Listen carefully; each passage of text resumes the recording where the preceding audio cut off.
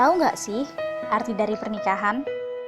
Lalu, jika pernikahan dipandang dari agama Kristen, Islam, Katolik, gimana ya?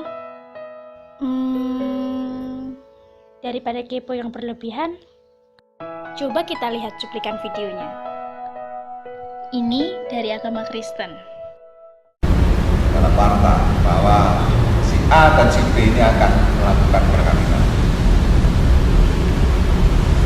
Lalu di situ juga tentu dikandung maksud dan diumumkan itu jikalau ada yang pihak-pihak yang berkeberatan juga waktu 90 hari itu juga sekaligus bertujuan untuk ya persiapan. Lalu yang berikutnya jikalau ada yang keberatan jadi ada penelitian, lalu persiapan itu juga termasuk persiapan untuk hal-hal yang bersifat administratif, juga persiapan pra perkawinan itu tadi secara mental mereka, lalu juga dalam masa 90 hari itu mereka juga diberi kesempatan untuk menimbang apakah benar mereka itu sungguh-sungguh bertekad untuk melakukan perkawinan dengan orang yang dimaksud itu. Jadi ada laporan, lalu ada pemeriksaan, ada pembekalan, lalu dilaksanakan pemeriksaan. Jikalau ini kemudian semua bisa lolos, oleh sebab itu dalam di tempat kita ini tidak bisa perkawinan yang sangat-sangat mendadak, itu tidak bisa. Harus ada tahap-tahap ini tadi dikandung maksud, ada persiapan, ada penelitian dan seterusnya.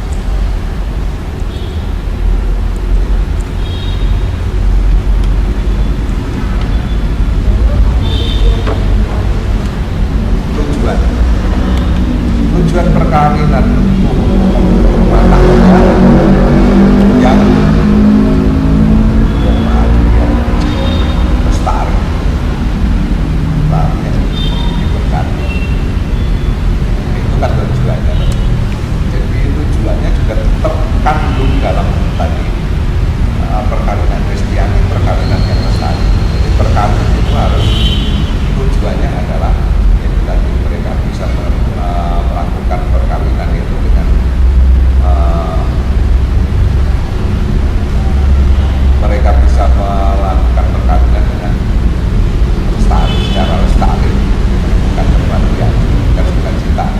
Lalu terlebih dari semuanya itu tentu dia mampu untuk menghayati kehadiran Tuhan, memuliakan Tuhan dalam sebagai suami.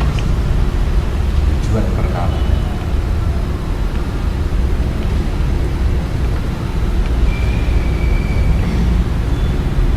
Membentuk rumah tangga yang lestari, yang berkati, lalu juga membentuk rumah tangga yang mampu memuliakan. Ini tidak bisa lepas dari orang percaya. Untuk apa saja harus ada yang terakhir tadi, bagaimana melakukan segala sesuatu dalam iman. Oleh sebab itu memuliakan tidak bisa lepaskan dari orang percaya.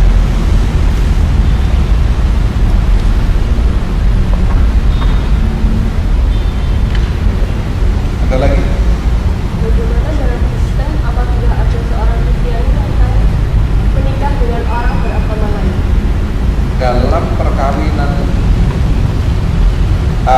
tidak hanya dalam agama Kristen. Sekarang itu hukum perkawinan, undang-undang perkawinan itu kan tidak bisa. Dia kan undang-undang perkawinan. Silakan dibaca undang-undang perkawinan. Sahnya perkawinan adalah dilakukan menurut agama atau kepercayaan. Itu nomor satu. sehingga itu di negeri kita ini menutup kemungkinan untuk menikah beda agama. Iya kan, undang-undang perkawinan kan begitu.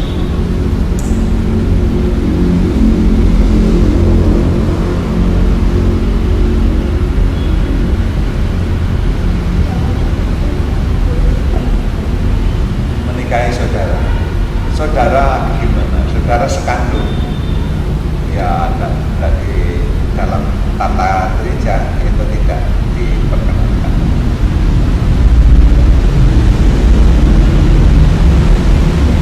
Bagaimana pandangan agama Kristen tentang pernikahan dini? Bagaimana pandangan agama Kristen tentang pernikahan dini? Tentang pernikahan dini.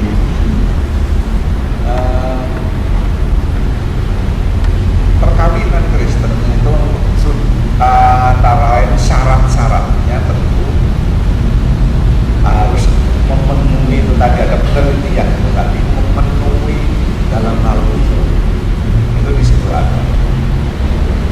Jadi perkawinan yang kurang dari umur yang ada dalam pranata gereja itu tentu prosesnya tidak pada itu. Dalam undang-undang perkawinan itu kan diperbolehkan dengan izin dari pengadilan. Itu undang-undang tuh ya. Undang-undang. Jadi dia mengacu undang-undang karena memang dalam pranata gereja itu hukum gereja itu juga sudah dibatasi berkaitan dengan umur.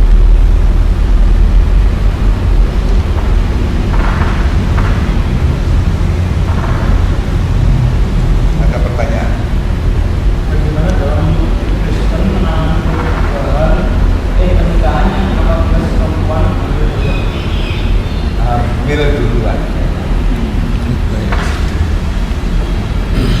Hamil duluan. Ya harus ada pengembalaan. Jadi hamil duluan itu berarti kan dia melanggar ketentuan. Dia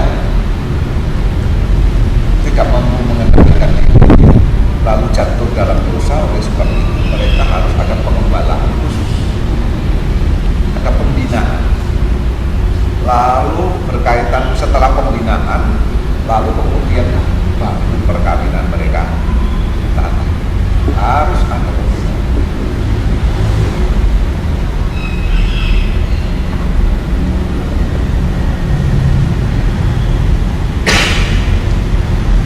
Termasuk tidak ambil dulu. Jadi dalam perkawinan Kristen itu kalau ada yang akan bisa saja sudah melakukan hubungan suami istri tapi kemudian tidak ambil lalu kawin, mereka harus ada pembinaan, harus ada pembinaan, ada proses untuk itu. Jadi tidak sekedar makan tak ambil berarti aman. Oke, tidak ambil, tetapi kalau sudah terlalu jauh dengan mereka, itu harus ada pembinaan. Sebab mereka sudah melakukan apa yang tidak berkenan di hadapan.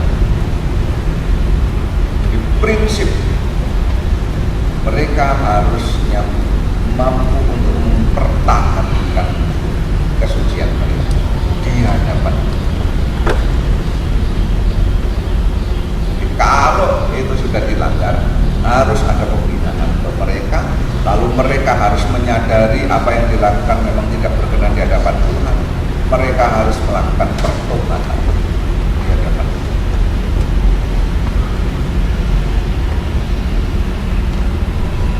Jadi ketika mereka melakukan pembinaan, pada mereka diberitahukan bagi saudara-saudara yang sudah melakukan melakukan sesuatu yang tidak berkenan di hadapan Tuhan, silakan Anda menghubungi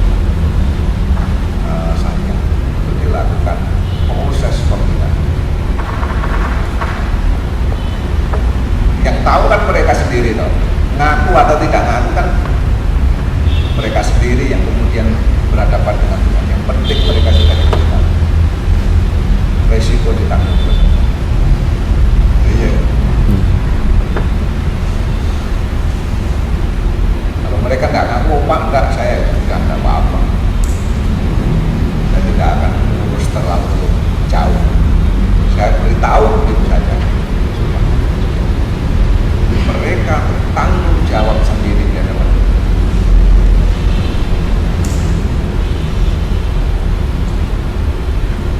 Ada lagi pertanyaan?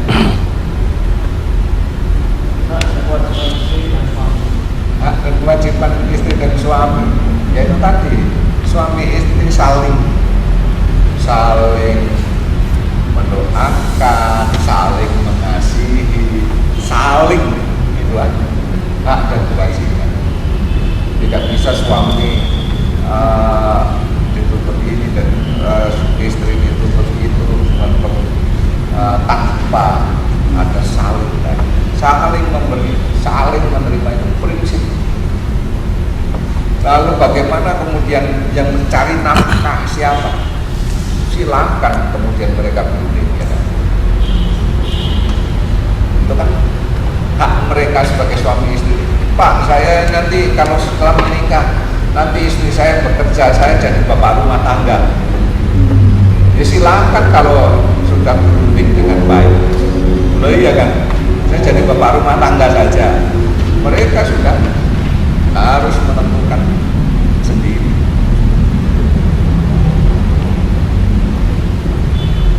Jadi mereka laki-laki dan perempuan mempunyai hak kewajiban ini sama, karena itu saling, mereka saling melengkapi dan itu semuanya dilakukan bersama-sama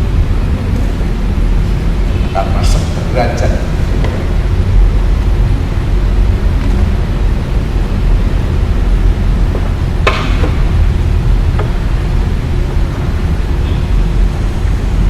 Termasuk misalnya, saya nanti yang bekerja itu di rumah saja, itu harus mereka paham betul bahwa istri di rumah itu juga berarti bekerja. Jangan salah, kalau di rumah itu tidak bekerja, itu sangat berbeda.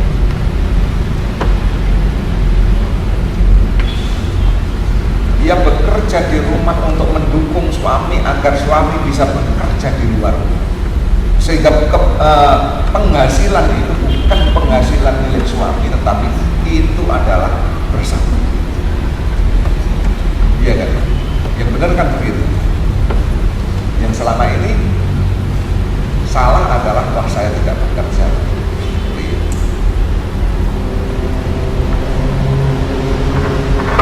Jangan dikira bekerja di rumah, jadi rumah tangga itu lebih ringan. Coba kalau nanti begini, kalau nanti suami misalnya menyatakan bahwa dia istri itu tidak bisa apa-apa, saya kan yang menghasilkan uang, maka kamu harus menurut apa kata saya. Tantang saja begitu. Gimana kalau dibalik, saya yang bekerja di luar, apa yang bekerja di rumah, nanti paling seminggu bisa tahan itu sudah bagus. Iya, jadi di rumah itu sudah bekerja, hanya saja sebenarnya untuk mendukung agar suami bisa bekerja di rumah, sehingga penghasilan ini adalah penghasilan itu yang harus. Itu juga dipahamkan dalam pembinaan pernikahan itu, sehingga laki-laki tidak sewenang-wenang terhadap istri, apalagi kemudian menelantarkan istri karena dia merasa bahwa dia bisa menghasilkan rupiah atau dolar.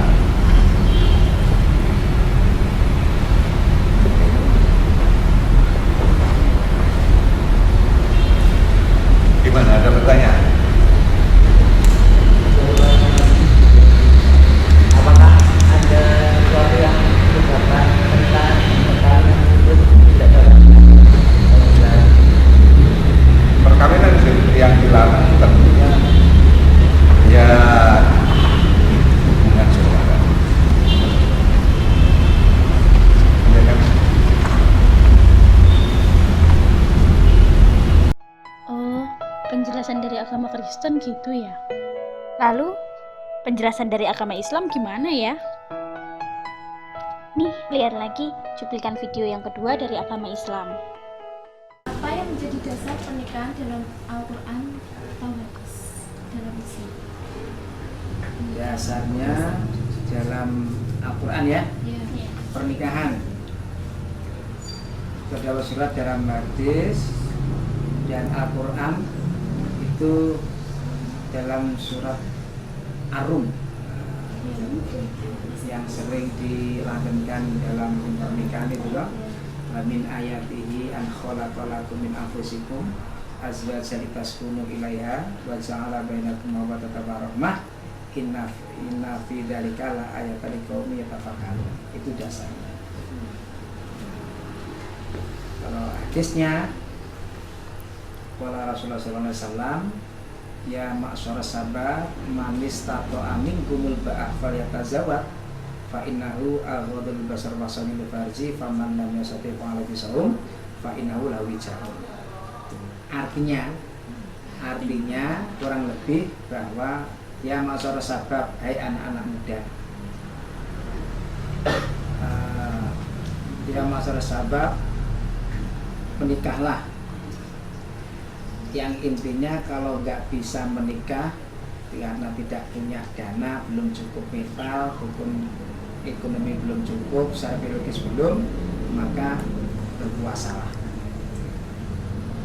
Jadi kalau anak muda yang sudah dianjurkan menikah tapi belum secara ekonomi nggak mampu, mental nggak mampu, sampai biologis mampu, maka berpuasalah.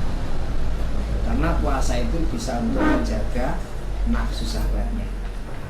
Orang itu kalau puasa, nafsunya kan nggak banter-banteran, gitu. Orang mau berbuat jahat nggak jadi. Gitu. Nah, kalau dari penjelasan Al-Quran, min ayatihi, bahwa tanda-tanda kuasaan Allah itu adalah diciptakannya orang itu berjodoh-jodohan. Ya. Buat yang berikutnya, hukum pernikahan dalam Islam itu ada gimana? Ada gimana? Hukum pernikahan dalam Islam, Iya. ini ada beberapa mazhab ulama, namanya ikhtilaful ulama, perselisihan ulama. Jadi pernikahan itu bisa hukumnya wajib, bisa hukumnya sunnah, bisa hukumnya jaiz, dan bisa hukumnya mubah. Kenal moral? Kenal? Tidak tahu ya? Penjelasan dari Ya, jadi bisa dihukumi wajib. Nikah itu wajib apabila orang itu tidak bisa menjaga syahwatnya, nggak bisa menjaga harga dirinya, syahwatnya, sehingga diwajibkan. Dikhawatirkan kalau terus cuma pacaran tok, berbuat kemaksiatan atau yang dilarang oleh Allah, gitu. Orang itu berduaan anak wedok gak oleh. Apa maneh sekarang banyak kasus-kasus yang terjadi itu setelah pacaran, pemerkosaan, kemaksiatan, sehingga hamil. Lah iku sing gak oleh, makanya wajib. Kemudian jaiz, boleh ngelakoni ya oleh gak ngelakoni, rabi. Nomor 3 mubah. Mubah itu kalau orang itu tidak dikhawatirkan, maka menikah diundur boleh. Ya. Nah, pergi. Untuk selanjutnya, apa saja syarat sah pernikahan dalam Islam itu, Pak? Syaratnya untuk pernikahan itu sebagaimana yang diatur dalam Undang-Undang Perkawinan Nomor 1 Tahun 1974. Undang-undang itu kan untuk mencakup seluruh agama, ya toh? Itu persyaratannya satu, adanya mempelai laki-laki dan perempuan,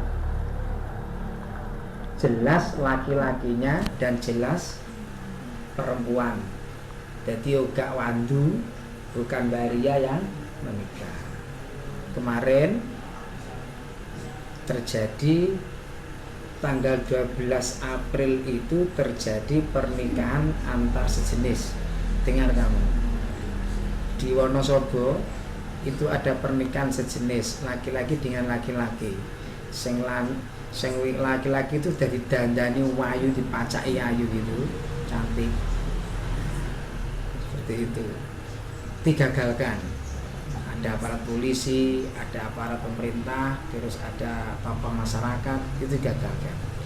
Terus lagi kemarin tanggal 7 itu ada pernikahan sejenis di Riau, perempuan dengan perempuan. Modusnya biar bisa menikah, identitasnya dirubah di KTP, perempuan dirubah laki-laki, seperti itu. Nah, maka itu persyaratnya yang pertama tadi harus jelas laki-laki dan perempuan. Yang kedua harus ada wali, itu syarat mutlak. Jadi menikah itu menurut Islam kalau tidak ada walinya maka tidak sah. Saya ulangi, kalau nggak ada walinya tidak sah.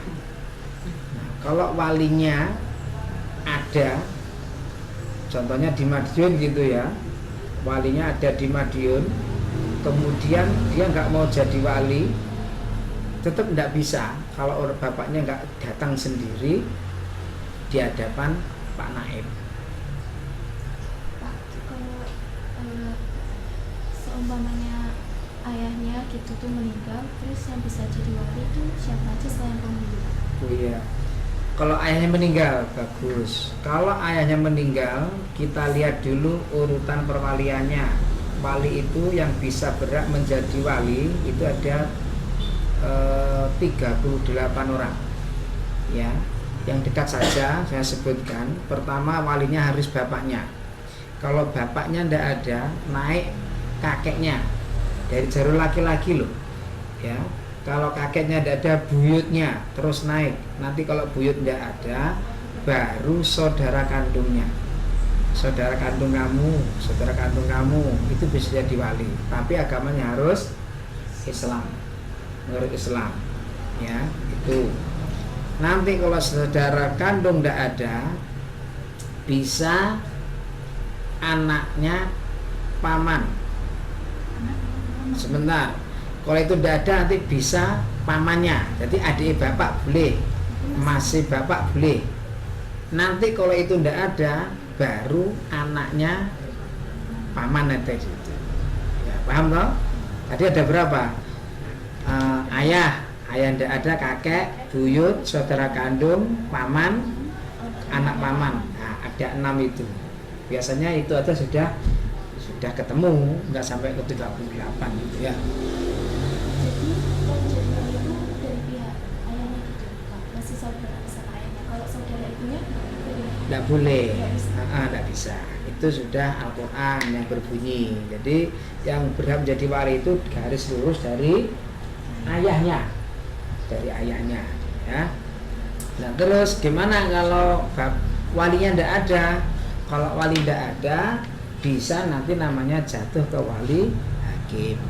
Wali hakim itu yang bertindak adalah kepala KUA-nya. Orang lain tidak bisa.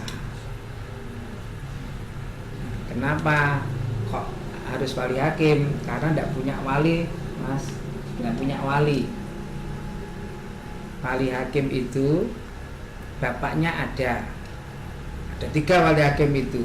Kapan kepala KUA bisa bertindak sebagai wali hakim? Itu ada 3. Nomor 1, bapaknya ada tapi nggak diketahui alamatnya. Misalnya bapak ini Kalimantan, terus gak ono kabare, yang Sumatera, terus gak ono kabare, ya, yang Malaysia. Itu baru nanti wali hakim. Saudara kandungnya tidak bisa jadi wali. karena ayahnya masih ada. Karena ayahnya masih ada, benar. Ya. Yang kedua, kalau KUA menjadi wali hakim karena bapaknya ada, jelas alamatnya, tapi jauh. Jauh bukan menurut persepsi manusia, jauh dalam arti kata tidak bisa dijangkau dengan sekarang kan HP banyak toh. Nah, kalau cuma Jakarta, Surabaya, bapaknya harus hadir. Masyarakat Kosi itu bapaknya ada tapi jauh di Kalimantan, di Sumatera, di Sulawesi. Nah itu baru kepala KUA sebagai wali hakim, dan itu nggak bisa saudara kandungnya. yang menjadi wali. Yang ketiga, dan sama sekali tidak punya wali, namanya Adam wali. Adam wali, tidak ada wali sama sekali. Jadi garis ke atas, bayi habis, kakek buyutnya habis, nggak punya saudara kandung, cuma 3 anak semua perempuan, dan nggak ada laki-laki, namanya Adam wali. Terus lagi, kepala KUA bisa jadi wali hakim kalau bapaknya ada tapi ngambek, gak gelem jadi wali. Sampeyan karo sampeyan mau nikah tapi gak setuju nih, bapaknya ngambek, gak gelem jadi wali. Itu kepala KUA menjadi wali hakim, tapi dengan syarat harus ada sidang pengadilan agama terlebih dahulu. Itu wali. Terus kemudian persyaratannya tadi untuk syarat sahnya pernikahan, kemudian adanya saksi. Saksi dalam pernikahan juga wajib. Saksinya harus laki-laki, nggak boleh perempuan, dan harus cukup umur di atas 19 tahun. Kalau masih umur 16-17 nggak bisa. Dan yang terakhir adalah ijab qabul. Itu ijab qabul, ada ijab, ada qabul. Itu syarat sahnya itu. Ya, yang lain. Ini pertanyaan selanjutnya, apa Pak tujuan dari manfaat pernikahan itu sendiri? Nah, tujuan pernikahan adalah untuk membentuk keluarga itu sakinah mawaddah warahmah. Sering tuh kamu dengar kalau mantenan-mantenan tuh ya, sakinah mawaddah warahmah, disingkat dengan samara. Jadi mawaddah itu cinta, rahmah itu adalah kasih sayang. Kalau tidak bisa menciptakan rumah tangga dengan penuh kasih sayang, sakinah mawaddah warahmah, ya nggak usah menikah. Nikah cuma untuk sing wedok dikampel ngitok. Ana to ngene iku. Nikah sing wedok cuma untuk senang-senang tok. Jadi berarti menyimpang dari perintah agama dan agama Islam. Itu tujuannya. Kalau niatnya, makanya harus niat benar-benar niatnya ibadah. Kalau niat nikah itu benar-benar murni karena ibadah, insya Allah awet pernikahannya sampai akhir hayatnya. Itu. Ya, yang lain Mbak. Pak. Tolong jelaskan dengan singkat tata cara pernikahan dalam Islam itu Pak. Tata cara pernikahan di dalam Islam. Ijab qabul itu aja ya. Ijab qabul. Ini kalau di KUA nih, di KUA. Jadi tata caranya nanti manten laki-laki dinikahkan oleh walinya sendiri. Ya, walinya sendiri. Tentunya adalah ada hubungan garis nasab. Kalau nggak ada hubungan nasab nggak bisa. Nasab. Nasab itu saudara kandung. Nah, ya, saudara kandung, terus ayah kandung. Seperti itu. Terus bagaimana ketentuan maharnya Pak? Bagaimana ketentuan untuk maharnya? Kalau untuk mahar itu fleksibel sesuai kesepakatan mantannya, sesuai kemampuan mantannya laki-laki. Kalau mantan laki-laki, kalau perempuan minta emas, nanti mahar untuk saya belikan motor umpamanya itu. Terus yang laki-laki gak iso ya tidak boleh. Nah, jadi mas saya nanti belikan aja perhiasan emas selawi gram umpamanya. Tapi laki-laki tidak bisa ya tidak boleh. Kebanyakan kalau dalam di KUA di sini itu pernikahannya adalah seperangkat alat sholat sama uang 500.000, 200.000 boleh, karena syaratnya pernikahan itu sah karena ada mas kawin. Kalau nggak ada mas kawin nggak sah pernikahannya. Tapi kalau menyebut mas kawinnya itu lupa, itu sah. Ya, misalnya ini kalau saya bapaknya gitu ya, saudara Andrian Agensi umpamanya, saya nikahkan dan saya jodohkan kepadamu Cindy Maurinsia dengan mas kawin uang 5 juta rupiah, Anda bayar tunai, itu sah. Tapi kalau lupa nggak disebut, ya tetap sah. Yang tidak sah itu kalau maharnya tidak ada, tidak sah. Ya, nah, yuk tanya. Apa saja hak dan kewajiban istri dan suami? Kewajiban istri ya. Tentu kewajiban istri ini adalah satu kewajiban suami, memberikan nafkah lahir batin. Jadi suami itu tidak hanya memberikan nafkah batin itu, tapi juga harus memberikan nafkah lahir. Jadi kebutuhan dapur ya harus dicukupi, kebutuhan lipstiknya ya harus dicukupi, bedaknya dicukupi, itu kebutuhan lahir. Ingin motor yang duit itu kok motor, itu kebutuhan lahirnya. Kebutuhan batinnya ya pengen punya anak ya bengi dikumpuli ya, aja kok demak-demak itu ngono lho ya. Demak-demak itu ra duwe anak awakmu. Jadi harus ada batin. Dan itu wajib. Ya, itu wajib gitu ya.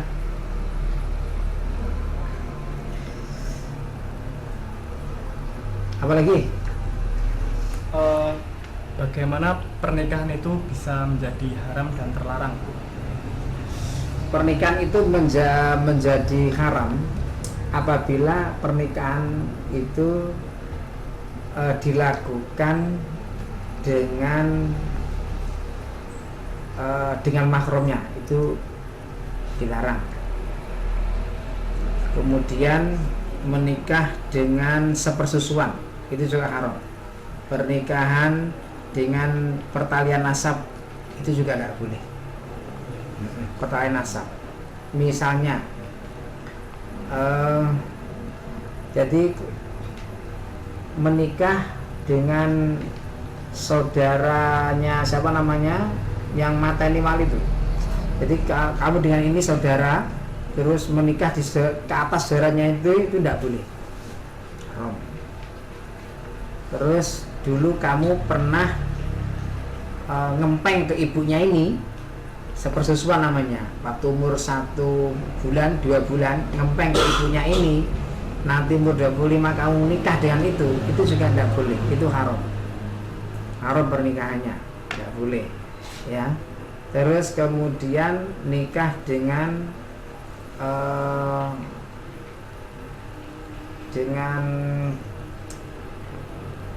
seorang istri, adiknya atau kakaknya istrinya, itu juga tidak boleh. Penjelasan dari agama Islam gitu ya. Kalau dari agama Katolik, nih daripada keponya berlebihan lagi, mending lihat cuplikan video selanjutnya.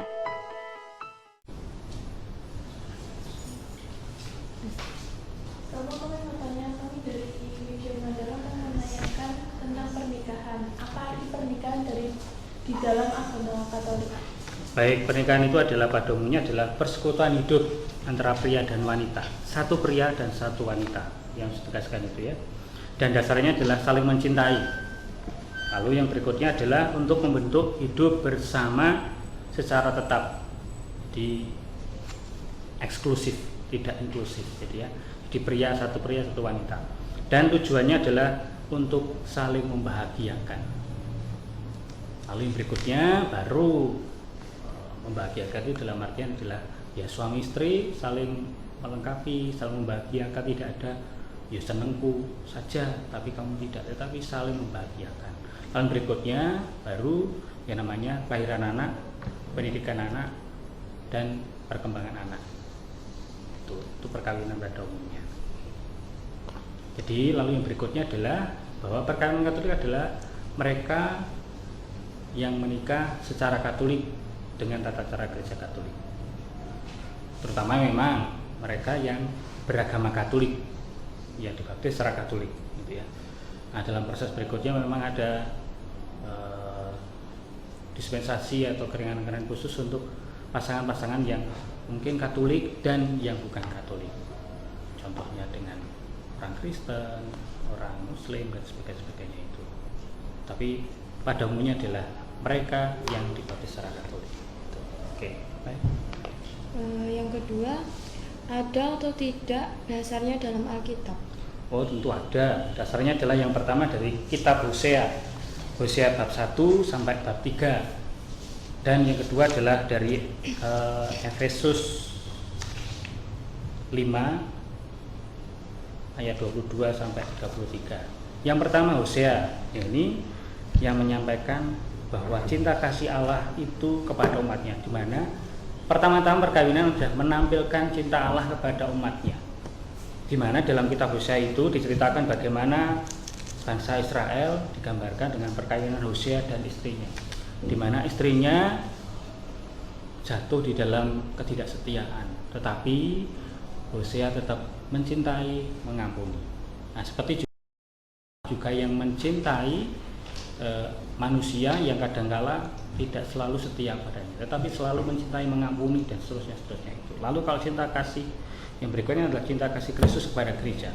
Nah, Allah secara nyata dilimpahkan cintanya itu kepada gerejanya dengan pemberian hidupnya secara total, sehingga setiap umat adalah orang yang dicintainya, dan di mana umat manusia itu menyadari di mana dalam, jadi bukan sekedar antara pria dan wanita, tetapi di saat perkawinan itu dalam keluarga itu Allah hadir. Itulah yang menjadi berkat, sehingga pasangan keluarga Katolik, perkawinan Katolik dengan harapan bisa menampilkan cinta Allah yang demikian ini, yang mengampuni, ya saling mengembangkan, saling mencintai. Nah, dalam dasar itu bisa kitab sucinya itu ya. Tentu dasar-dasar yang lain begitu banyak, tetapi yang pada intinya adalah itu.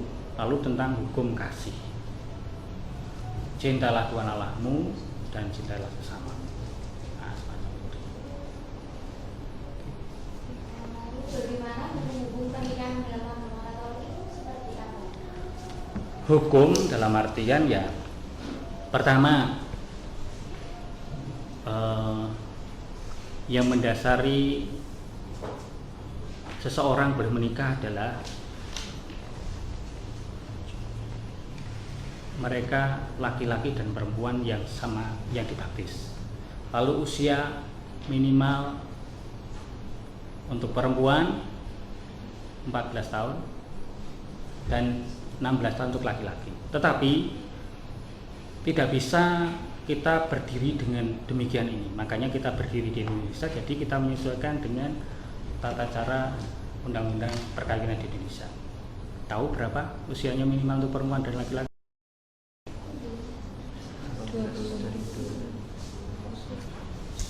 Untuk laki-laki 19 tahun dan perempuan 17 tahun. Nah, memang akhirnya orang menyesuaikan diri, karena kalau 19 itu kan ya baru lulus SMA ya, nggak mungkin mau menikah. Tapi itu pada dasarnya demikian itu hukumnya. Lalu ya hukum perkawinan itu adalah sekali untuk selamanya, perkawinan itu ya, sekali untuk selamanya, dan hanya satu pasangan saja hukumnya itu, dan akan jadi sah di saat diberkati di dalam gereja dan dilakukan di hadapan para saksi, juga di hadapan imam, dan mereka berdua saling mengucapkan janji perkawinan. Itu hukumnya demikian. Selanjutnya, apa yang menjadi syarat sahnya pernikahan? Sahnya perkawinan adalah ya tentu mereka berdua adalah satu laki-laki satu perempuan, gitu ya. syarat pertamanya kan itu. Tidak mungkin, makanya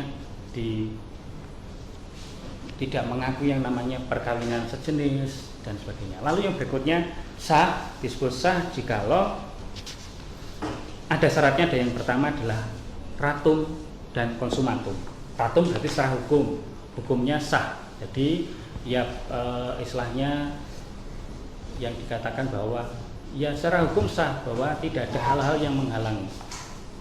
Lalu yang berikutnya yakni ratum, berarti setelah menikah itu ada yang namanya secara biologis ada hubungan seksualitas antara suami istri. Nah, itu menjadi sah, resmi. Lalu yang berikutnya secara hukum bagaimana supaya bisa dikatakan sah dan sebagainya, itu bahwa dilakukan dengan secara sungguh-sungguh.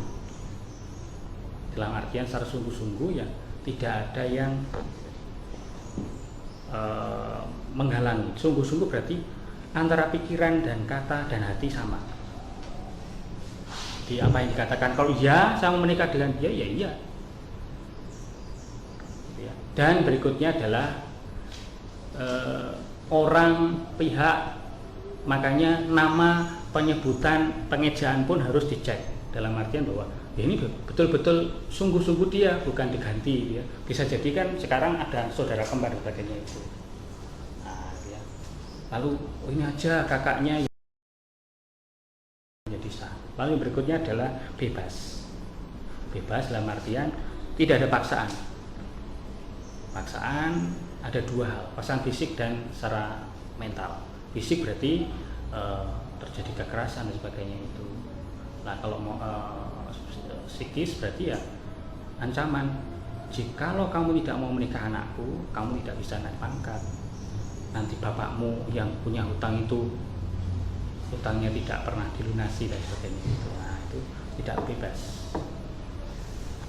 Yang berikutnya adalah penuh dan tanpa syarat. Makanya perkawinan Katolik tidak ada yang namanya perkawinan yang bersyarat, dalam artian bahwa aku mau menikah dengan kamu, contoh ini, bahwa itu tidak sah.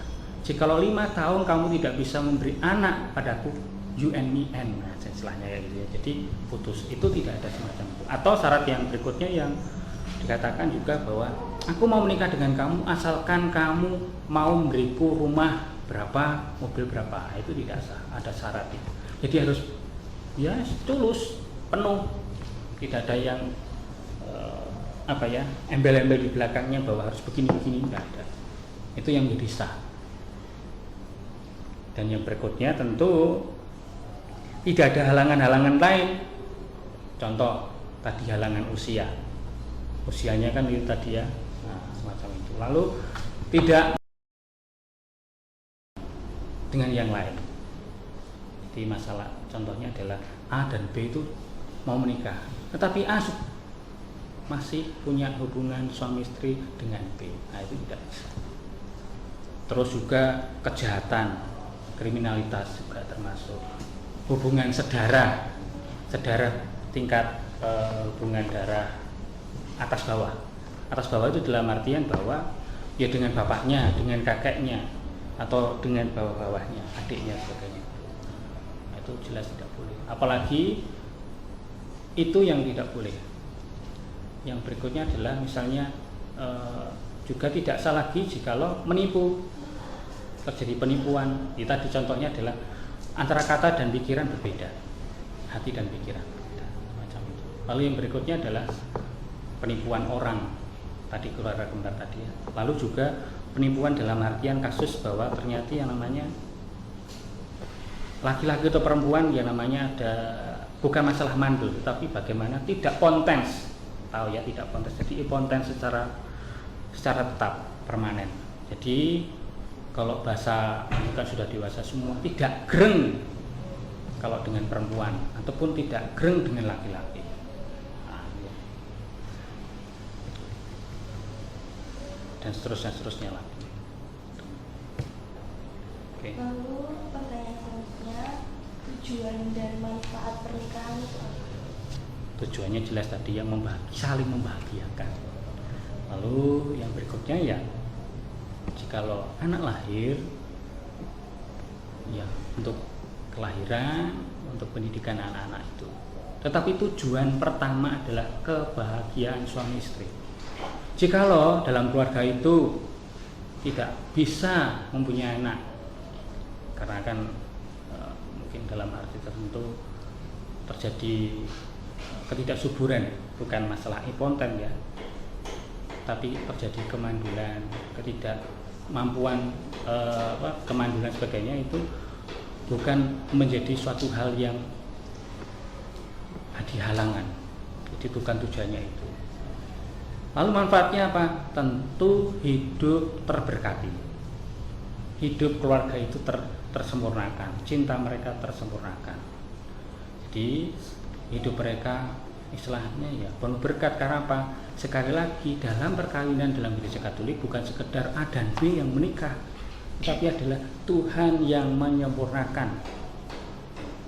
Jadi bukan sekedar A dan B menikah selesai, tidak, tetapi Tuhan hadir di dalam keluarga itu. Bahkan di saat saling mengucapkan janji, disitulah Tuhan hadir, disitulah Tuhan yang menyempurnakan semuanya itu. Gitu. Jelas manfaatnya adalah untuk kebahagiaan mereka, kesempurnaan hidup mereka, gitu. Lalu tata cara pernikahan itu apa? Jelas tata caranya adalah yang paling pokok adalah di mana mereka yang paling inti adalah saling mengucapkan janji. Nah, itu yang paling pokok. Tetapi memang ada upacara yang dimana pertama upacara penyambutan. Yang menikah itu masuk ke gedung gereja, disambut, lalu penyerahan dari orang tua, semacam itu. Lalu ada upacara yang namanya liturgi sabda, di mana orang, karena dasarnya dalam perkawinan juga dalam sabda, juga dikuatkan dengan sabda-sabda itu. Lalu masuk yang namanya upacara perkawinan.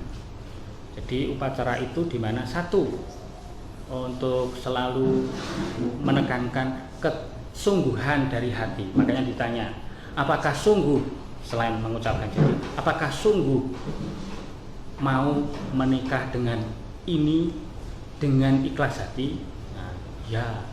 Apakah betul-betul mau mengasihi, mencintai pasanganmu ini? Ya.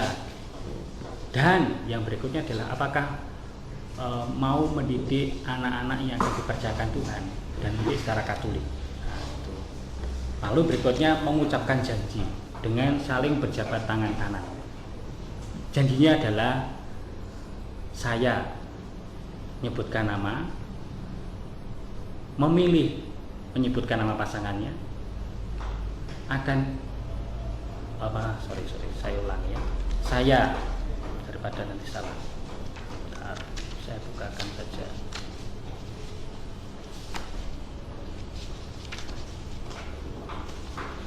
Saya. Jadi misalnya contohnya adalah saya Ignatius Indra Wijayanto memilih engkau Margareta Prisa Kusmahargi menjadi istri saya. Saya berjanji untuk setia mengabdikan diri kepadamu dalam untung dan malang. Di waktu sehat dan sakit, saya mau mengasihi dan mengerti engkau sepanjang hidup saya. Itu pihak laki-laki. Nah, kalau pihak perempuan dibalik. Nah, semacam itu. Lalu disahkan, dikatakan bahwa perkawinan adalah suci, resmi dan sah secara gereja dan secara sipil, secara negara. Lalu setelah itu ada upacara yang namanya pemasangan cincin di jari manis sebelah kanan. Nah, ya. Itu pun juga ada kata-katanya, menyebutkan nama, terimalah cincin ini sebagai tanda cinta dan kesetiaanku kepadamu. Juga saling mengenakan. Ya. Lalu ada yang namanya upacara mohon doa restu dari orang tua. Jadi perkawinan Katolik kan juga memang yang menikah adalah pasangan itu, tetapi juga selain mohon berkat dari Tuhan, juga mohon berkat pada orang tua supaya perkawinan yang mereka bangun sungguh bisa terberkati berikutnya. Itu upacaranya. Dan di akhir dengan memohon berkat teladan dari keluarga Kudus Nazaret, Santo Yusuf, Bunda Maria, dan Tuhan Yesus. Itu singkatnya ceritanya. Pertanyaan selanjutnya, apakah ada mahar seperti dalam agama Islam? Mahar itu apa maksudnya? Mas kawin. Oh, mas kawin. Mas kawin memang apa ya? Itu menjadi tradisi masyarakat saya kira ya.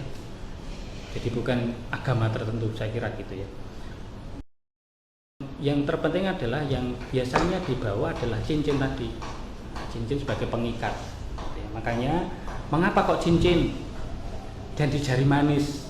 Nah, jadi kalau masalah nanti membawa seperangkat ini dan itu tidak jadi soal. Tapi yang penting adalah itu tadi cincin dan yang bulat lingkar, gitu ya. Bahwa cintanya itu tulus tak pernah habis. Ya, kedua, mengapa di jari manis? Karena jari manis tidak pernah bisa terpisahkan, seperti layaknya hubungan suami istri.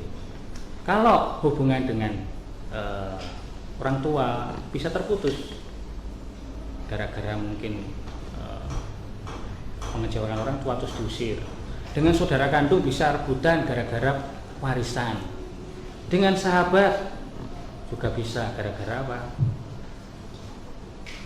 Pacar, rebutan pacar itu ya. Nah, tetapi suami istri sekali untuk selamanya tidak bisa terus, makanya dijari manis. Nah, itu tentang mahar dan mas kawin itu ya. Yang selanjutnya, hak dan kewajiban suami istri yang harus dipenuhi setelah menikah. Haknya dan ya tentu pertama adalah saling membahagiakan. Saling membahagiakan, lalu yang berikutnya adalah bekerja sama sebagai suami istri untuk membangun keluarga yang bahagia. Bahagia ya sejahtera. Bahagia dan sejahtera tidak bisa hanya sekedar dipandang sebagai secara fisik atau finansial. Jadi hartanya melimpah, tidak. Jadi bisa membahagiakan ya apa yang baik, yang mengembangkan pasangan masing-masing ya harus didukung. Jadi saling bekerja sama lah intinya begitu ya. Lalu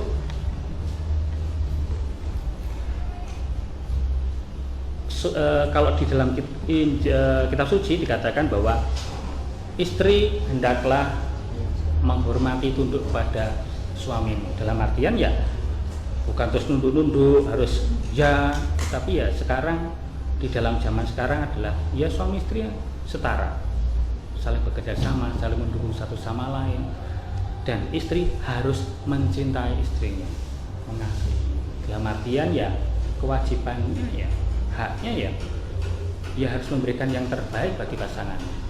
Ya kalau bekerja bukan lagi untuk diriku, tetapi untuk keluargaku. Jadi bukan lagi kamu dan aku, kalau hidup berkeluarga itu adalah kita sekarang yang harus dibangun. Nah, kamu dan aku itu kan pacaran atau teman ya. Tetapi kalau dalam keluarga kita, jadi kalau membangun rumah, bagaimana kita merencanakan? Anak pun nanti bagaimana rencananya? Jadi KB itu bukan keluarga dengan pembatasan anak. Salah kalau membatasi anak itu. Bagaimana merencanakan kelahiran anak? Jadi mau berapa tahun jedanya? Jadi bukan pembatasan anak. Jadi bagaimana merencanakan anak itu supaya sejahtera? Nah, itu yang penting ya. Oke, gitu. Lalu apakah dalam agama Katolik boleh menikah lebih dari satu? Tentu seperti yang saya katakan tadi, pernikahan Katolik hanya satu kali untuk selamanya, monogami. Lalu yang berikutnya ya tak terceraikan, jelas. Dengan demikian berarti tidak ada menikah dua kali. Ya. Dan hanya maut yang memisahkan. Jadi kalau pasangannya sudah meninggal, nah itu lain lagi. Dan apakah dalam agama Katolik boleh menikah dengan saudaranya? Nah, seperti saya katakan tadi bahwa menikah dengan saudara tentu menjadi suatu hal yang tidak diperbolehkan. Apalagi hubungan saudara garis lurus. Garis lurus tahu ya, paham ya. Jadi kakek dengan cucunya, bapak dengan anaknya, kakak dengan adiknya, dan seterusnya itu jelas tidak boleh. Bahkan dengan sepupu pun juga tidak boleh. Bahkan dengan saudara tiri pun juga tidak boleh. Bahkan dengan anak adopsinya pun juga tidak boleh. Jadi A dan B itu tidak punya anak, lalu kok pengen punya anak, lalu mengadopsi, lalu karena suaminya udah tak ada boleh. Itu. Oke. Bagaimana dalam agama Katolik apabila ada yang menikah dengan non-Katolik? Baik. Nah, dalam artian tertentu bahwa orang Katolik harus menikah secara Katolik dengan orang Katolik. Tetapi dalam arti tertentu, jikalau ya namanya juga jatuh cinta itu kan tidak bisa dikatakan, waduh, yo harus dengan ini dan sebagainya itu. Tentu gereja akan menolong bagi mereka yang sudah menjalin asmara, menjalin cinta, yang sudah tidak bisa dikatakan ya sudah mereka sudah punya rencana untuk menikah. Tentu ada izin khusus yang disebut namanya dispensasi. Kalau beda agama berarti non Katolik dan non Kristiani, non Nasrani ya dalam artian itu namanya dispensasi beda agama. Namun jikalau yang menikah dengan orang Kristen berarti ada yang namanya dispensasi beda gereja. Jadi diberi izin, diperbolehkan, tetapi ya tentu harus memenuhi hal-hal yang harus dilakukan supaya ya tidak ada yang namanya nanti kesalahpahaman setelah menikah semacam itu. Jadi ada semacam kesamaan paham supaya nanti kalau setelah menikah tidak ayal-ayalan bahwa aku nggak mau masuk dan kamu tidak boleh demikian. Tetap kami menghargai. Jadi kalau orang mau menikah di gereja Katolik kami menghargai dan tidak pernah mengkatolikan orang yang menikah secara Katolik. Jadi kalau tetap dengan agamanya ya monggo silahkan dengan aturan yang harus dijalani, yang harus dihayati dalam hidup hidup beragama, beriman itu ya. Itu jadi tidak ada paksaan. Nah ya kalau nanti dalam perjalanan waktu dari dalam hati sudah saya ingin jadi Katolik itu lain lagi. Nah, ya. Tetapi tetap menghargai perkawinan beda agama, beda gereja dan seterusnya itu. Oke. Selanjutnya, hal yang terjadi di masyarakat sekarang bahwa pernikahan disebabkan si perempuan hamil terlebih dahulu. Bagaimana permasalahan tersebut dalam Katolik? Tentu yang pertama adalah itu namanya mencemarkan makna perkawinan yang suci. Perkawinan itu adalah tadi antara suami dan istri dan hubungan seksualitas dan akhirnya kelahiran anak itu dan hamil itu adalah hanya dilakukan dalam perkawinan. Jikalau terjadi seseorang melakukan hubungan badan yang bukan suami istri, itu mencemar kekudusan kesucian perkawinan. Nah, lalu bagaimana? Apakah terus tidak ditolong atau dibiarkan? Atau dalam artian, yo kapokmu kapan salah seperti itu? Tidak. Tentu kami akan membantu dalam artian, ya sudah, kamu salah, tetapi tidak dibiarkan dengan kesalahan. Dalam artian ya dibimbing, diarahkan supaya tidak jatuh di dalam kesalahan-kesalahan berikutnya. Nah tentu jikalau nanti pihak perempuan, bukan namanya setelah hamil duluan itu kan akhirnya seseorang dari pihak perempuan terutama nuntut ya harus dinikahi dan seterusnya itu. Nah sekarang harus ditanya, apakah siap untuk menikah atau tidak? Nah sekarang setelah menikah terpaksa, nanti setelah menikah malah terjadi suatu persoalan. Apakah gereja juga akan membiarkan demikian ini? Tentu tidak. Makanya itu dalam gereja supaya tidak terjadi hal-hal itu ada yang namanya istilahnya adalah kursus persiapan perkawinan supaya seseorang saat memasuki hidup perkawinan sudah siap. Yang pertama. Lalu yang kedua, setiap kelompok-kelompok itu juga diberikan pendampingan supaya tidak jatuh di dalam persoalan yang demikian. Dan lebih-lebih adalah jikalau pasangannya mengatakan bahwa saya tidak siap untuk menikah, ya dalam arti tertentu ya si janin harus diselamatkan, si bayi harus diselamatkan. Tidak boleh lalu ya harus dilakukan tidak sama sekali gereja menyetujui itu, bahwa anak yang sudah dikandung harus diselamatkan. Nah, apakah penyelamatannya harus dengan perkawinan? Tidak harus, karena tergantung dari masing pasangan mau, siap atau tidak. Tapi yang jelas adalah laki-laki harus bertanggung jawab. Bertanggung jawab, tidak harus menikahi. Bertanggung jawab adalah yang menjamin kelangsungan anaknya berikutnya sampai nanti. Jadi nanti proses selama hamil yang mendukung, bukan terus ya cul ya. Nanti proses kelahirannya juga membantu. Kalau pada ya menjamin pembiayaannya, bahkan sampai nanti anaknya lahir, makan, hidupnya, pendidikannya, kalau tidak bisa diteruskan dengan perkawinan ya. Karena kan sekarang siapa ngerti kehamilan itu karena diperkosa. Nah, misalnya gitu ya. Dan ketahuan, apa yang mau menikah dengan orang yang diperkosa yang tidak dicintai. Makanya saya katakan bahwa fenomena kehamilan di luar nikah itu mencemarkan, dan gereja menyayangkan, ya prihatin ya. Apa sih yang menyebabkan? Kalau saya secara pribadi ya karena pendidikan moral, pendidikan budaya sudah dihancurkan, dihilangkan. Pancasila yang ada nilai-nilai luhur hilang. Nilai-nilai agama selalu dikatakan bahwa melarang, tetapi tidak pernah mengajari mengapa kok dilarang, mengapa ini baik, mengapa ini buruk. Nah, itu yang bukan masalah tidak boleh begini, tidak boleh begitu, tapi mengapa kok tidak boleh. Nah, orang zaman sekarang kan harus dijelaskan itu ya. Lalu tadi sekali lagi menyayangkan dan ya itu melanggar atau mencemari kesucian perkawinan, dan penyelesaiannya tidak selalu dengan harus menikah.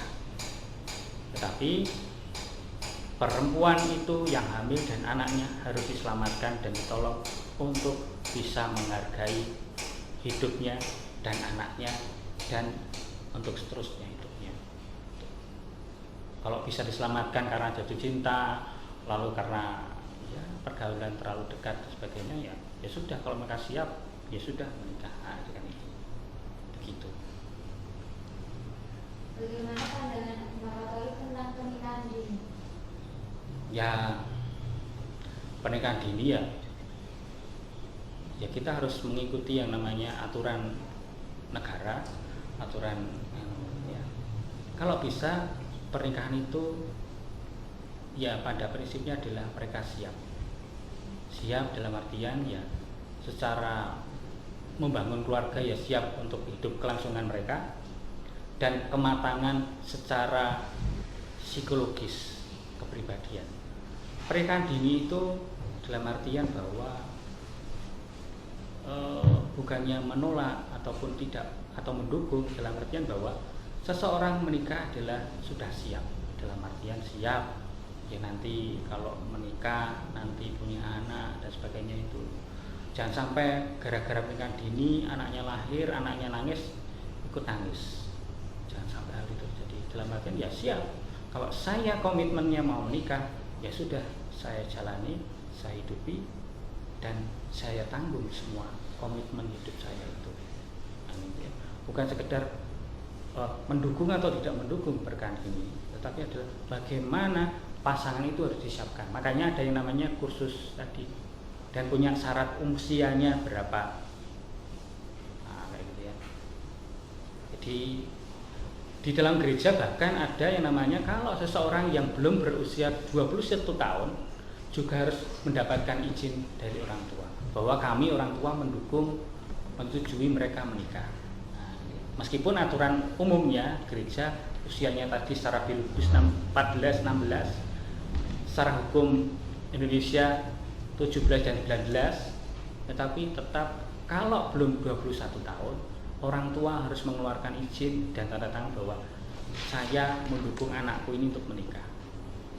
Jadi makanya harus disiapkan sungguh pernikahan itu. Nah, jadi bukan sekedar aku nikah besok, nah, itu nanti hasilnya tidak maksimal. Makanya perlu persiapan, bahkan dalam persiapan pernikahan Katolik di Indonesia, di Gereja Katolik itu adalah minimal 3 bulan. Mengapa 3 bulan? Satu, ngurus persyaratan macam-macam, ngurus nanti harus ikut kursus, harus kecatatan sipil, ngurus syarat itu. Bahkan ada yang sudah booking 1 tahun sebelumnya. Dalam artian bahwa perkawinan itu bukan masalah sehari selesai, tapi sekali untuk selamanya. Makanya ya harus disiapkan sungguh. Makanya tadi komitmennya bagaimana semacam itu. Begitu.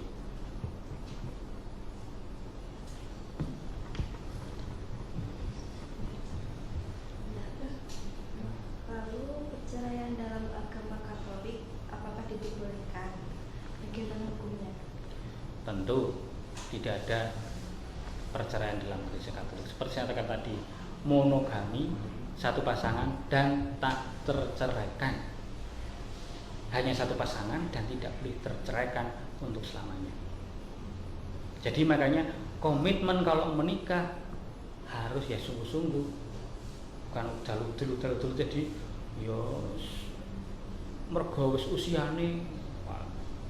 Jadi jangan, makanya tadi ya sungguh-sungguh menyiapkan diri untuk menikah. Pasangannya juga itu. Jadi kalau sudah ragu-ragu, dipending dulu macam itu. Jangan sampai nanti setelah menikah ora cocok. Alasannya yang sering kita dengar dalam masyarakat kan, kami sudah tidak cocok. Lah bagaimana tidak cocok, anaknya sudah 3 kok tidak cocok gitu ya. Kan kayak gitu, sederhana saja ya. Makanya tidak ada perceraian ya harus siapkan sungguh gitu loh. Jangan sampai nanti terjadi perceraian, makanya di Gereja Katolik ditekankan bagaimana persiapan untuk supaya bisa menikah itu. Begitu, jelas hukumnya itu dan tidak ada perceraian. Bagaimana terlanjur cerai? Terlanjur cerai, cerai itu dalam artian bagaimana? Tidak bisa dipertahankan lagi. Suami menceraikan. Secara sipil. Enggak, maksudnya kalau misalnya ada KDRT bagaimana itu? Itu bukan berarti bercerai. Kalau terlanjur cerai itu berarti perkawinan itu dibawa ke pengadilan negeri lalu dicerai. Nah, itu namanya terlanjur cerai secara pada umumnya. Ya. Tetapi dalam kasus-kasus tertentu, jikalau terjadi kasus misalnya KDRT lalu dan sebagainya, itu yang pertama adalah tidak ada yang namanya perceraian, tetapi yang namanya proses namanya penyelidikan bahwa dulu tidak sah suatu perkawinan itu. Jadi istilahnya pembatalan terjadinya perkawinan. Karena apa? Tadi bebas, lalu penuh tanpa syarat tadi ya, lalu yang berikutnya tadi adalah sungguh-sungguh. Jadi itu jikalau menjadi hal yang bisa menjadikan terjadi pembatalan. Jadi sebenarnya tidak ada pernikahan, gitu loh, bukan ada perceraian. Kalau KDRT memang ya dalam arti tertentu kita akan selalu menolong pihak yang menjadi korban. Bukan. Lalu bagaimana? Apakah boleh cerai dan sebagainya? Tentu harus diselidiki dulu. Dalam artian bukan diceraikan, tetapi adalah diselidiki, diajukan kepada pengadilan Gereja Katolik supaya bisa diproses untuk pembatalan sebuah perkawinan, bukan perceraian. Pembatalan berarti sebenarnya dulu tidak ada perkawinan yang sah secara hukum, ratus dan konsumatum tadi ya. Nah, semacam itu. Jadi ditekankan tidak ada perceraian, tetapi dalam proses jikalau kok ada kasus dan sebagainya itu ya harus ditekankan bahwa ya diproses dalam artian diselidiki bahwa sebenarnya dulu perkawinannya sah atau tidak. Kalau tidak sah ya sudah, berarti dulu tidak ada perkawinan, ya sudah dibatalkan bahwa perkawinan itu tidak ada sebenarnya karena ada yang menjadi ketidaksahannya. Jadi ya sudah beres. Nah, jikalau sah dan nutut mau cerai, ya tetap gereja menganggap kalau ke pengadilan dan sudah diputus cerai, perkawinan tetap sah dan tidak bisa dibatalkan atau diputuskan. Nah, semacam itu. Karena ikatannya adalah satu untuk selamanya. Gitu. Ya, terlanjur ada problem-problem memang ya. Persoalannya ya dibawa dalam gereja, lalu diselesaikan bagaimana. Biasanya itu yang menjadi persoalan terjadi, dikatakan kami sudah tidak cocok lagi, itu apa? Karena kuncinya adalah tidak ada komunikasi yang tulus, jujur, dan benar. Karena apa? Biasanya komunikasinya setengah ditutup-tutupi, setengah dibuka, jadi tidak to the point, tidak jelas, sehingga ya tadi sebenarnya masalah kecil, tapi karena sering kecil langsung besar, akhirnya diputuskan kamu sudah tidak cocok lagi. Itu ya, nek bosone mblegedek lampian nyapo arepe nikah, karepe sapa mbiyen, kayak gitu. Jadi biasanya kalau sudah ada persoalan itu ya datang ke lalu ada pembinaan, pendampingan supaya ya tetap utuhnya perkawinan. KDRT itu karena apa? Ataukah kelainan secara psikologis atau ada penyebab yang lain? Nah, karena marah, emosi, pekerjaannya tidak mendukung, penghasilannya kurang, akhirnya emosi dan sebagainya itu loh. Nah, itu. Terus kalau seumpama kalau di Islam kan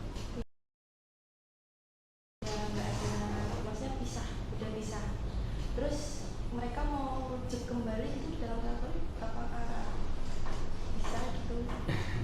Ya karena tidak ada perceraian, ya tidak perlu rujuk-rujukan lagi kan gitu. Jadi ya tentu jikalau memang ada problem ya diselesaikan secara artian karena ada cerai kan. Tetapi ya memang jadi didamaikan, lalu dicari solusi yang terbaik supaya keluarga itu tetap utuh. Nah gitu ya. Rujuknya adalah merendahkan diri, saling merendahkan diri.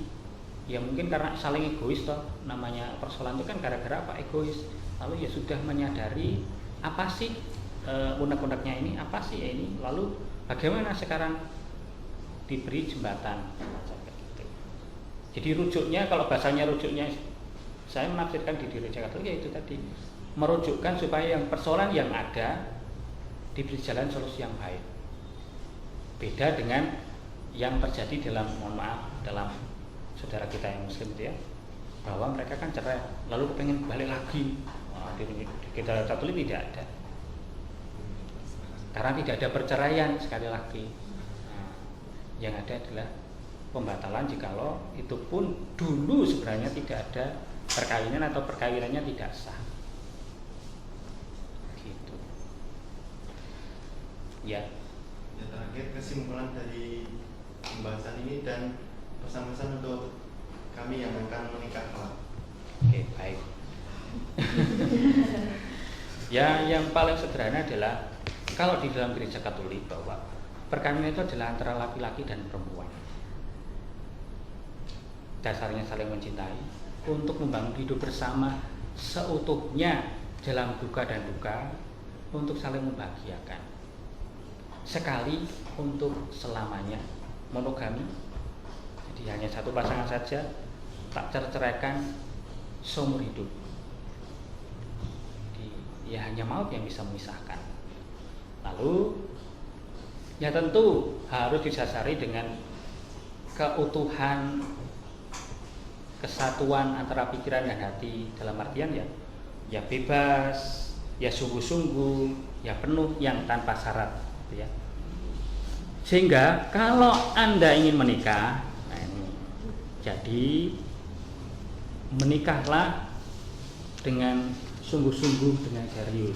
Dalam artian ya sungguh siapkan diri, bukan masalah pilih-pilih, tetapi bagaimana mencintai itu bukan sekedar I love you talk, ya, tetapi I love you totally without you for me, dalam artian bahwa aku mencintamu total gitu loh, tidak harus kamu membalas cintaku, tetapi aku memberikan yang terbaik bagimu. Nah gitu. Lalu bagaimana supaya bisa sampai proses sana?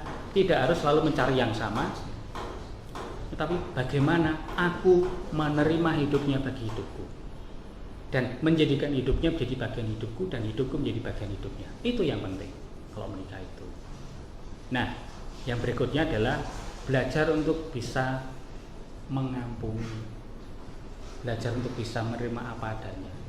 Kalau kita itu, lalu yang berikutnya adalah belajar untuk berkomunikasi dengan jujur dan saling bisa mempercayai. Terutama ini bagi yang LDR itu ya, harus belajar untuk saling mempercayai diri dan belajar untuk percaya pada pasangan, pacar dan sebagainya itu.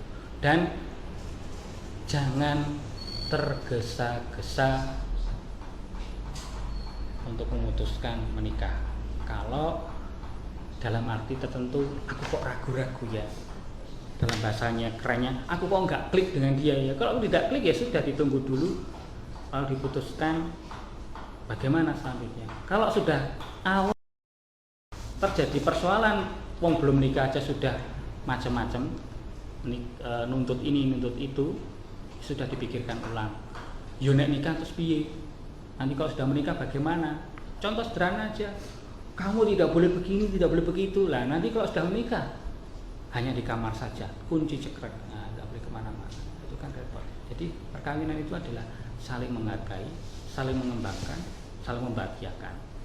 Makanya sekarang mencari pacar itu bukan. Jadi begitu penjelasan dari agama Katolik. Sekarang kita sudah sama-sama tahu bagaimana arti pernikahan yang dipandang dari agama Kristen, Islam, dan Katolik. Semoga cuplikan video ini dapat bermanfaat bagi kita semua.